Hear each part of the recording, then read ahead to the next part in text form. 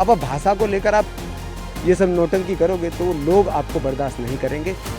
राज ठाकरे ने कुछ भी, पूरी लिस्ट मुझे दे दो, मैं पूरी लिस्ट उसकी दिखा सकता हूँ। आज तक एक भी काम उसने देश के लिए नहीं किया है। बॉलीवुड के जितनी भी हस्तियाँ हैं वो सारी हिंदी मूवी बना रही है भाई। बॉलीवुड में कौन सी मराठी मूवी बन रही है मुझे बता दो आप। सारी की सारी हिंदी मूवियाँ बनती हैं और सारे के सारे हिंदी कलाकार अमिताभ बच्चन से जाके क्यों नहीं पूछते हो कि तुम भैया मराठी क्यों नहीं बोलते हो। कहीं पर भी सक्सेस हो ही नहीं पाए, इसीलिए तुम्हें शिवसेना से निकालकर बाहर फेंक दिया गया। इसलिए फिर तुमने अपनी एक छोटी सी पार्टी बनाई। ये देश संविधान से चलता है, आपके ये तुच्छी हरकतों से नहीं चलता। मराठी को लेकर कई सारी बातें रही। आपने भी ट्वीट किया, दर्द अपना साझा किया है ट्विटर पे, क्या कहेंगे सर? दर्द नहीं है ये, एक्चुअल में ये पूरा फैक्ट है। 2008 में भी इस व्यक्ति ने ऐसा ही नौटंकी की थी और यूपी बिहार वालों को MNS के जो सो कॉल्ड वॉरियर हैं उन्होंने ऐसा ही किया था। उनको जगह जगह पर मारा था, पीटा था मराठी को लेकर। और जैसे ही 26/11 हुआ और टेररिस्ट अटैक हुआ, उसके सारे के सारे सो कॉल्ड वॉरियर कार्यकर्ता जो थे दिखाई नहीं दिए। और ये भी खुद दिखाई नहीं दिया, उद्धव ठाकरे दिखाई नहीं दिया, उसकी पूरी फैमिली दिखाई नहीं दी। राज ठाकरे कभी आके इसने एक शब्द नहीं बोला, क्योंकि जो बचाने वाले लोग थे, जो सेना के जो लोग थे, वो मैक्सिमम यूपी बिहार से थे। और जो फ्रंट लाइन वॉरियर के रूप में मैं वहाँ पर रहा, ताज में मैंने जाके पूरा मोर्चा संभाला, टेररिस्ट का सामना किया। मैं खुद यूपी से हूँ और चौधरी साहब के गांव से हूँ। 5वें प्रधानमंत्री जो रहे वो मेरे गांव से हैं, उसी गोत्र से मैं हूँ। तो राजनीति हमको मत सिखाओ, राजनीति को बिल्कुल अलग रखो और भाषा को बिल्कुल अलग रखो। हमें भी प्राउड फील होता है, मराठी एक भाषा है, हमें खुद उसके ऊपर प्राउड है, बट उसका राजनीतिकरण ना करें। राजनीतिकरण बिल्कुल गलत है। अगर आपको राजनीति करनी है ना तो काम को लेकर के ना, विकास को लेकर करें, जॉब को लेकर करें। आप जॉब क्रिएट करो। कितनी जॉब आपने क्रिएट की हैं? आपने कितने विकास के कार्य किए हैं मुझे एक भी बता दो। पूरा का पूरा जो MNS ने आज तक कोई भी विकास का कार्य किया हो बता दो। राज ठाकरे ने कुछ भी, पूरी लिस्ट मुझे दे दो, मैं पूरी लिस्ट उसकी दिखा सकता हूँ। आज तक एक भी काम उसने देश के लिए नहीं किया है। सिर्फ और सिर्फ पार्टी और अपना अपना उसने किया है, अपना और अपना परिवार। और क्यों एक साथ आए हैं, इसके पीछे भी पूरा का पूरा एक रीज़न है कि अब लोगों को फिर से मूर्ख बनाना है, मराठू मानुस करके। एक व्यक्ति है उद्धव ठाकरे जी, वो पहले ही अपना अस्तित्व खो चुके हैं।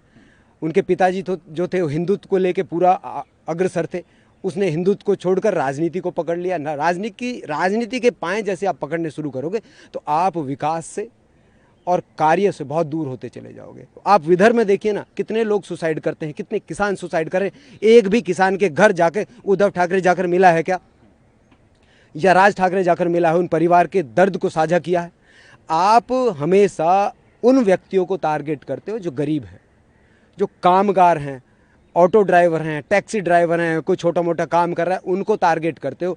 आप बॉलीवुड के जितनी भी हस्तियां हैं वो सारी हिंदी मूवी बना रही है भाई। बॉलीवुड में कौन सी मराठी मूवी बन रही है मुझे बता दो आप। सारी की सारी हिंदी मूवियाँ बनती हैं और सारे के सारे हिंदी कलाकार अमिताभ बच्चन से जाके क्यों नहीं पूछते हो कि तुम भैया मराठी क्यों नहीं बोलते हो। उसका तो टैक्स लेकर तुम खाते हो, उसके तो घर पे जाके तुम दंडवत हो जाते हो, आमिर खान के घर जाके आप दंडवत हो जाते हो। क्यों? तो और गरीब को आप पीट रहे हो और बता रहे हो मराठी मराठी मराठी। मराठी नहीं, एक्चुअल में ये तुम्हारी राजनीति की रोटियां हैं। सिर्फ और सिर्फ कुछ लोगों को, चुनिंदा लोगों को आप टारगेट कर रहे हो। वो गरीब तबका है, उसको आप टारगेट कर रहे हो। आपके परिवार से कितने लोग सेना में हैं मुझे बताइए। आपके परिवार से कितने लोग कामगार हैं मुझे ये बताइए। मजदूरी कौन कौन कर रहे हैं अपने परिवार से बताइए? कोई नहीं कर रहा। और गरीब मजदूर को तुम पिटवा रहे हो। वो 500 रुपये के टट्टू हैं जो जिनसे तुमने पिटवाया है उनको, इससे ज़्यादा तो उनकी औकात नहीं है। तो मैं कहूं कि अगर आपको करना है तो देश के प्रति काम करें, देश को यूनाइट करने की कोशिश करें। और सिंपल सी बात है, मैं मुंबई में 9 साल रहा हूं और मैं वहां पे मुस्कुरा के रहा हूं। मुस्कुराहट की कोई भाषा नहीं होती। मैं दुनिया के बहुत सारी कंट्रीज़ में गया हूं, मैंने स्माइल किया है ना, जहां पर भी वो सामने से मुझे स्माइल ही आई है, चाहे मुझे वो लैंग्वेज आती हो या नहीं आती हो। लैंग्वेज मैटर नहीं करती। जब कम्युनिकेशन की बात होती है तब आपकी छोटी मोटी टूटी फूटी भाषा भी काम कर जाती है, क्योंकि आपके चेहरे पे आपने एक स्माइल ओढ़ी हुई है, एक स्माइल है। और यहाँ पर तुम स्माइल की जगह पर लोगों को दर्द दे रहे हो, दुख दे रहे हो। तो तुम राजनीति में कितने सक्सेस हो पाओगे तुम्हें पता है? तुम कहीं पर भी सक्सेस हो ही नहीं पाए, इसीलिए तुम्हें शिवसेना से निकाल कर बाहर फेंक दिया गया। इसलिए फिर तुमने अपनी एक छोटी सी पार्टी बनाई, उस पर भी तुम ज़्यादा दिन टिक नहीं पाए। आप पुराने चुनाव में देख ली कितनी सीटें आई हैं उनकी, देख लो ना, पूरा इतिहास देखो। तो अब क्या है, तुम लोगों के बीच में बंटवारा करना चाहते हो, लोगों को बांटना चाहते हो, और उसी बांट के आधार पर अपनी राजनीति की रोटियां सेकना चाहते हो। मैं कहूँगा कि भैया बंद करो, और सबसे पहले सेना में जाओ, और वहाँ पर कम से कम राज ठाकरे जी, उद्धव ठाकरे जी और जितने भी उनकी फैमिली में लोग हैं, आप जाइए 5-6 साल सेना में काम कीजिए, आप अग्निवीर बनिए, फिर हो थोड़ा बहुत कुछ सीख कर आइए, फिर देश को चलाने की बात कीजिए। देश को चलाना भाषा से चलाना नहीं होता है, देश को चलाना है तो एकजुट होकर काम करना होगा, विकास पर काम करना होगा, काम के ऊपर काम करना होगा, और एम्प्लॉयमेंट के ऊपर काम करना होगा। सिंपल सी चीज़ें हैं ये, इसमें कोई दो दूनी चार हो रहा है भाई। अब भाषा को लेकर आप ये सब नौटंकी करोगे तो लोग आपको बर्दाश्त नहीं करेंगे, देश आपके प्रति अगेंस्ट में होता हुआ नज़र आएगा। यही मैं कहूँगा इनसे। 9 साल सर आप बता रहे हैं आप वहाँ रहे जी। और आखिर ऐसा क्यों, और हिंदी भाषी लोग हैं उनके साथ इस तरह से किया जाता है? पॉलिटिक्स भी आप बहुत मैं तो करीब से देखता हूँ सब चीज़ें। हमारे गांव में इतनी राजनीति होती है, 5वें प्रधानमंत्री हमारे गांव से हों तो सारी आप जड़ें देखिए ना हमारी कैसी हैं, हमें तो सब कुछ समझ में आता है। ये भाषा की लड़ाई से ज़्यादा ये राजनीति है। आप एक भाषा के, आपको काम तो आता नहीं, आपको काम नहीं आता तो आप चीप हरकतें करोगे, छोटी छोटी हरकतें करोगे, टुच्ची हरकतें करोगे, क्योंकि काम आता नहीं। आप डेवलपमेंट की बात नहीं कर सकते, डेवलपमेंट की बातें नहीं होगी तो फिर आप क्या होगा? क्योंकि आप पुणे में देखिए कितने लोग हैं, कामगार हैं, पूरा आईटी सेक्टर वहाँ पर काम करता है। वहाँ पे तो जो मल्टीनेशनल कंपनीज हैं उन पे जो काम करने वाले जो लोग हैं, पूरी कंपनियां बाहर से आ रखी हैं, उनके पास तो नहीं जाते। आप कहिए कि आप ब्रिटिशर्स को तो नहीं कहते कि भैया आप मराठी बोलकर दिखाइए, जर्मन्स को तो नहीं कहते आप कि भैया आप मराठी बोलकर दिखाइए, जापानीज़ को तो नहीं कहते हो आप मराठी बोलकर दिखाइए, साउथ कोरियंस को नहीं बोलते हो कि आप मराठी बोलकर दिखाइए।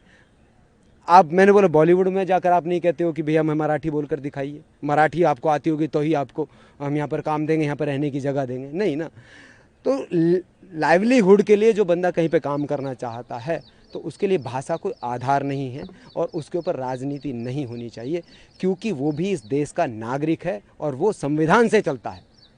ये देश संविधान से चलता है, आपके ये टुच्ची हरकतों से नहीं चलता है। सर आपने ट्वीट में लिखा कि आपने मुंबई के लिए, महाराष्ट्र के लिए खून, सर उस वक्त कहाँ थे आप, क्या बताना चाहेंगे? और आपकी कंपनी में खासकर कहाँ कहाँ से लोग थे? मैं तो मार्कोज में था, मरीन कमांडोज में था, उसमें महाराष्ट्र के भी लोग रहे, अदर स्टेट्स के भी लोग रहे, लेकिन जो मेजॉरिटी है डिफेंस फोर्सेस में, स्पेशल फोर्सेस में, वो मैक्सिमम यूपी बिहार और स्पेशली जाटों की है। जो वॉरियर और मार्शल कॉम्स हैं उनकी संख्या बहुत ज़्यादा होती है। तो उस समय पे भी हम लोग वहीं पे थे, अपनी यूनिट में थे, तो वहाँ से हम ताज को बचाने के लिए हम लोग वहाँ पर गए और 185 लोगों को वहाँ पे बचाया, इंक्लूडिंग अडानी जी उसमें थे, 4 मेंबर ऑफ पार्लियामेंट वहाँ पर थे, उनको बचाया, वहाँ पर ताज होटल को बचाया। जो मराठी लोग हैं वो लोग लेबर का जो काम है उस काम को नहीं करना चाहते हैं। उस लेबर का काम करने के लिए यूपी बिहार के लोग सबसे ज़्यादा अधिकतर वहाँ पर हैं, क्योंकि वो लोग सोचते हैं कि भाई हम यहाँ के रहे हैं, और वो उनके ऊपर डोमिनेशन उनका रहता है, जो गरीब तबका है, जो कामगार लोग हैं। तो जो कामगार लोग यहाँ से जाते हैं उनको परेशान करना, उनको गाली गलौज करना, उनके साथ मार पिटाई करना पहली घटना नहीं है। अब गुजरातियों के साथ नहीं करते हो ऐसा, आप बाकी स्टेट से जो लोग आते हैं उनके साथ नहीं करते हो, सिर्फ और सिर्फ यूपी बिहार के जो कामगार लोग हैं आप सिर्फ उनको टारगेट करके उनके ऊपर अपनी राजनीतिक रोटियां सेकते हो। क्यों? हिंदी भाषी लोग हैं, भोजपुरी है या हिंदी है। आप दाऊद के पास तो नहीं गए, वो भी तो यूपी का ही था। आप दाऊद के सामने तो सबने घुटने टेके हुए थे। कौन था? शिवसेना का MNS का जो जाके उसको उंगली दिखाई या फिर उसका गला पकड़ा? कभी किया दाऊद को? नहीं। सब गर्दन दबा के नीचे चुप रहे, क्योंकि दाऊद था इसलिए आप चुप रहे। उसके जो गैंग था वो काफ़ी बड़ा था। तो यहाँ पर सिर्फ और सिर्फ बात होती है जो गरीब तबका है, जो कमज़ोर वर्ग है, उसको सिर्फ टारगेट किया जाता है MNS के कार्यकर्ताओं द्वारा और शिव सैनिकों के द्वारा। तो मैं कहूँगा कि ऐसी टुच्ची और ओछी हरकतों से हमको बाज आना चाहिए और माहौल, सौहार्द का माहौल बनाना चाहिए। जहाँ पर लोग काम करते हैं, 3 से 4 साल लोग काम करते, तो वहाँ की जो भाषा है ऑटोमेटिकली आप सीख जाते हो, उसके ऊपर कोई भी प्रॉब्लम नहीं है। आप अगर किसी को मराठी सिखाना चाहते हो तो उसके लिए आप सुविधाएं प्रोवाइड करो, ना कि आपको उसको पीटो। आप उसको प्यार से बोलो, वो सीख लेगा। अब जो कामगार लोग हैं, जो 8वीं 10वीं 6ठी 5वीं पास हैं, वो खुद अपनी भाषा को तो अच्छी तरह जानता नहीं है, तो सिर्फ आपकी मराठी भाषा को कहाँ से सीखेगा? वो खुद नहीं पढ़ा लिखा, खुद 5वीं 6ठी पास है, वो कहाँ से आपकी मराठी भाषा को सीखेगा? कहाँ से लिपि सीखेगा? कहाँ से सीखेगा? नहीं सीख पाएगा ना। तो समस्या ये है कि आपने जो माहौल क्रिएट किया हुआ है वो डर का माहौल क्रिएट किया हुआ है। तो उस डर के माहौल को रिलीज़ करें और आप वहाँ पर स्कूल खोलें। मराठी सीखो, स्कूल खोल दीजिए। आप कुछ नहीं, कितने स्कूल खोले मुझे बता दीजिए, राज ठाकरे ने या उद्धव ठाकरे ने, कि हाँ आप मराठी सीखिए, मराठी के लिए हमने स्पेशल ये स्कूल किए हैं, जो नॉर्थ से लोग आते हैं वो यहाँ पर मराठी सीखें। नहीं है ना, कुछ भी ऐसा तो कुछ किया नहीं है आपने। तो मैं वही कहूँगा कि आपने सिर्फ और सिर्फ राजनीति की ऊंची हरकतों के द्वारा ये काम करना बंद करें, डेवलपमेंट पे काम करें। मराठी भाषा को लेकर काम करना है तो जगह जगह यूनिवर्सिटीज़ खोलिए ना आप। मराठी यूनिवर्सिटीज़ यूपी में आके खोल दीजिए। कामगार लोग यहाँ से जाते हैं तो यहीं पर आप यूपी बिहार में एक यूनिवर्सिटी खड़ी क्यों नहीं कर देते हो भाई? खड़ी कीजिए आप। क्यों? आपके यहाँ पे काम मिल रहा है ना, तो यहाँ पे यूनिवर्सिटी खड़ी कर दो आप। तो आपको मेहनत तो करना नहीं, डेवलपमेंट पे काम करना नहीं। और मैं चाहता हूँ कि डेवलपमेंट पे काम हो, यूनिटी पे काम हो, लोग एक रहें, आगे बढ़ें। सर एक सवाल ये है कि जब ये अटैक हुआ था उस वक्त राज ठाकरे, आपको ध्यान हो तो कहाँ थे? क्या आप लोगों से मिले थे या फिर क्या कुछ उनकी प्रतिक्रिया रही थी इस अटैक के बाद? आज तक उसकी एक प्रतिक्रिया नहीं आई है राज ठाकरे की। मैं काफ़ी लंबे समय तक हॉस्पिटल में एडमिट रहा था। ना तो एमएनएस का कोई भी कार्यकर्ता मुझसे मिलने आया, ना एमएनएस चीफ मुझसे मिलने आया, ना शिवसेना चीफ मुझसे मिलने आया, ना ही शिवसेना को कार्यकर्ता मुझसे मिलने आया, ना ही कांग्रेस का कोई बंदा मुझसे मिलने आया। जब सीएम कांग्रेस थे, कांग्रेस की सरकार थी पूरी, कांग्रेस के सीएम थे, मुझसे कोई मिलने नहीं आया। तो मैं वही कहूँगा, मैंने तो रियलिटी देखी है, रियलिटी चेक किया है। मैं बेस्ट की बस से मैंने ट्रैवल करके मैंने यात्रा पूरी की है। तो कोई व्यक्ति मुझे हाथ पकड़ने के लिए उस मुंबई में नहीं आया जिस मुंबई को मैंने बचाया था। तो ये मुंबई है जहाँ पर सिर्फ और सिर्फ एक तरफा लोग हैं, एक तरफा है। मैं कहूँगा कि ड्यूल फेस है। एक तरफ आप कुछ और दिखाते हो लेकिन आप एक्चुअल में कुछ और हो। क्या सिर्फ इस वजह से कि आप यूपी से हैं या फिर आपकी कंपनी में और लोग मराठी थे, उनसे मिलने आए थे? नहीं, किसी से मिलने नहीं आया। वो इंजर्ड तो मैं अकेला ही हुआ था ना, कोई नहीं आया। सैनिकों के साथ खड़े कब हैं ये लोग? उद्धव ठाकरे जी कभी किसी सैनिक के साथ खड़े हुए? या राज ठाकरे कभी किसी सैनिक के साथ में खड़ा हुआ? किसी सैनिक के घर जाकर उसको सांत्वना दी? उसके परिवार से जो शहीद हुआ उसके घर कभी गए? कभी नहीं गए, कभी नहीं गए। कभी एक शब्द उन्होंने सैनिकों के लिए नहीं बोला। इवन जो एमएनएस के कार्यकर्ता थे उन्होंने तो वेटरन्स के ऊपर भी हमला किया और वेटरन्स को पिटाई भी की मुंबई के अंदर ही। ये एमएनएस है भाई। चीज़ों को समझने की कोशिश करो। हम एक देश हैं, हम एक भाषा नहीं हैं। हम बहुत सारी भाषाओं से जुड़े हुए हैं।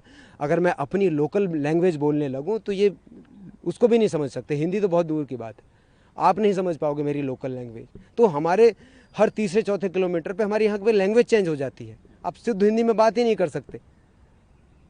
तो भाषा को एक कारण ना बनाए राजनीति का। भाषा हमारे देश के लिए जोड़ने का काम करे, ना कि उसको तोड़ने का काम करे।